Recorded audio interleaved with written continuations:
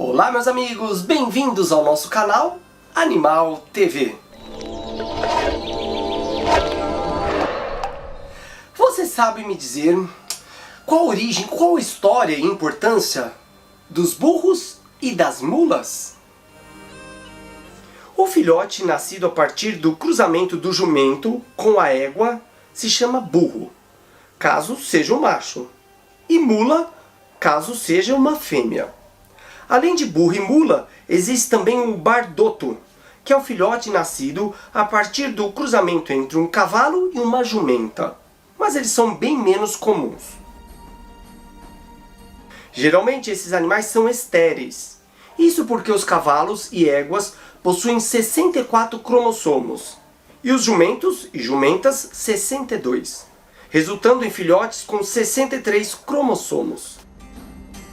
São animais resistentes, de porte médio e com orelhas grandes. São criados há milhares de anos e conhecidos pela capacidade de carregar cargas bem pesadas. Em alguns países, inclusive no Brasil, os burros foram associados a deboche, a ofensa, a falta de inteligência. Mas esses animais estão bem longe disso, sabia? Não se sabe a história real sobre o início da criação desses animais, mas recentemente, em uma aldeia francesa a cerca de 280 quilômetros de Paris, arqueólogos fizeram uma descoberta que está ajudando a reescrever grande parte do que sabemos sobre esses animais de carga desprezados. No local de uma antiga vila romana, em uma aldeia francesa, uma equipe desenterrou os restos de diversos burros, que teriam feito a maioria das espécies que conhecemos hoje em dia parecerem animais anões. Os restos mostram que eram burros gigantes. Esses animais eram geneticamente ligados, associados a espécies de burros do continente africano. E eram bichos muito grandes, bem maiores do que muitos cavalos. Pesquisadores de um projeto sequenciaram o DNA dos ossos desses burros. Um dos objetivos era rastrear a origem da domesticação desses animais e sua distribuição em diversas partes do mundo. Alguns resultados dessa pesquisa forneceram informações surpreendentes sobre a história da humanidade, devido à estreita relação com esses incríveis animais. Os burros, que foram criados nessa antiga vila romana, mediam 1,55 m do solo até a cernelha, que é o ombro do animal. A altura média dos burros atuais é de 1,30 m de altura. Os únicos burros modernos que podem chegar perto dessa altura são os jumentos mamutes americanos, que são burros machos muito grandes. Burros gigantes, como os encontrados na antiga vila romana, podem ter desempenhado um papel importante, mas foram menosprezados na expansão do Império Romano e nas suas tentativas posteriores de manutenção do território. Entre o século II e V, os romanos criavam principalmente mulas. Esses bichos desempenhavam um papel importante no transporte de mercadorias e equipamento militar. Embora estivessem na Europa, eles eram criados e cruzados com asnos provenientes do oeste africano. Mas mudanças do destino do Império Romano fizeram com que essa raça de burro gigante também desaparecesse. A partir do momento que o Império Romano deixou de ter milhares de quilômetros de extensão, não houve mais a necessidade de ter um animal que carregasse mercadorias por distâncias enormes. Ou seja, não havia incentivo econômico para continuar reproduzindo mulas e burros.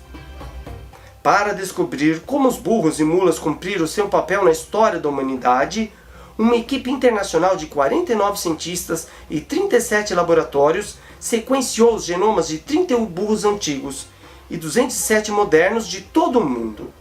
Usando técnicas de modelagem genética, eles conseguiram rastrear as mudanças da população de burros ao longo do tempo. Como eu disse, eles descobriram que os burros e mulas provavelmente foram domesticados em primeiro lugar a partir dos asnos selvagens utilizados por pastores, cerca de 7.000 anos atrás. no Quênia e no Chifre da África. É um pouco mais cedo do que se acreditava anteriormente, mas o mais surpreendente talvez seja que os pesquisadores também concluíram que todos os burros modernos que vivem hoje em dia têm parentesco com esses animais antigos. Estudos anteriores indicaram que pode ter havido outras tentativas de domesticação de burros e mulas no Iêmen, que é o país árabe que ocupa a extremidade sudoeste da Península Arábica. E é interessante observarmos que a domesticação de burros selvagens em parte do continente africano coincide com a desertificação do Saara, que foi uma área verde com muitas plantas no passado. O enfraquecimento repentino das monções, cerca de 8,2 mil anos atrás, combinado com o aumento da atividade humana com pastagens e queimadas, gerou queda das chuvas e o aumento gradual do deserto da região do Sahel. Os burros domesticados podem ter sido fundamentais para que os humanos se adaptassem a esse ambiente cada vez mais hostil. E devido às mudanças climáticas, as populações dessas aldeias locais tiveram que se adaptar. E os burros e mulas poderiam realizar um serviço essencial de transporte de grandes quantidades de carga por longas distâncias em locais difíceis. O estudo mostrou que, aparentemente, a população de burros e mulas diminuiu bastante depois de sua domesticação inicial, para depois passar para um grande crescimento. Aliás, isso é típico da domesticação, e podemos observar em algum momento em quase todas as espécies domesticadas. A redução é o resultado da seleção de um grupo específico de burros e mulas para domesticação, onde as pessoas escolhem animais com algumas características, por exemplo, tamanho e até cores. Após essa seleção, os animais passam a serem criados em grande escala, tendo enorme aumento do número de animais. As análises indicam que os burros e mulas aparentemente se espalharam a partir do leste africano. Posteriormente foram comercializados para o Sudão e dali para o Egito, onde foram encontrados restos de burros em sítios arqueológicos, datados de até 6.500 anos atrás. E nos 2.500 anos seguintes, essa nova raça domesticada espalhou-se por toda a Europa e a Ásia, desenvolvendo as linhagens que encontramos hoje em dia. Os burros e mulas fizeram uma enorme diferença na história da humanidade. Eles podiam percorrer longas distâncias carregando mercadorias. Isso porque eles tinham uma enorme capacidade de carregar volumes grandes e uma enorme também resistência. Embora rios como o Tigre e o Eufrates na Mesopotâmia e o Nilo no Egito pudessem ser usados para o transporte de mercadorias pesadas e volumosas, os burros faziam um importante transporte por terra. Isso coincidiu com o aumento do uso do bronze durante o terceiro milênio antes de Cristo. Os burros e mulas conseguiam carregar o peso do cobre por longas distâncias, e para regiões onde esse metal não podia ser encontrado naturalmente ou apenas em quantidades muito pequenas, incluindo a Mesopotâmia. Mas os burros e cavalos também mudaram os equipamentos bélicos no mesmo período. Eles eram utilizados em carroças com rodas e utilizados nas batalhas, realizando o transporte das provisões necessárias para um exército invasor. No Antigo Egito e na Mesopotâmia, os burros e mulas eram considerados tão importantes que eram enterrados com seus donos, com as pessoas, muitas vezes com reis e governantes. Existem também casos de burros enterrados sozinhos. No segundo milênio antes de Cristo, os burros também eram sacrificados para os chamados depósitos de construção ou fundações, e como parte de rituais associados à assinatura de tratados. Os exemplares mais antigos estudados são da Idade do Bronze, encontrados na Turquia. E por incrível que pareça, as pesquisas mostraram que os burros e mulas são companhias muito mais frequentes, mais constantes das pessoas, dos seres humanos, do que seus primos, os cavalos. Os cavalos domésticos modernos, que foram domesticados cerca de 4,2 mil anos atrás, tiveram impacto muito grande sobre a história humana.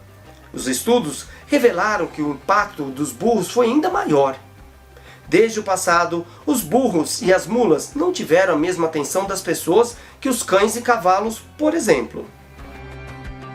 Os burros são bastante desprezados em muitas partes do mundo, mas em alguns lugares eles ainda mantêm a mesma importância de sempre.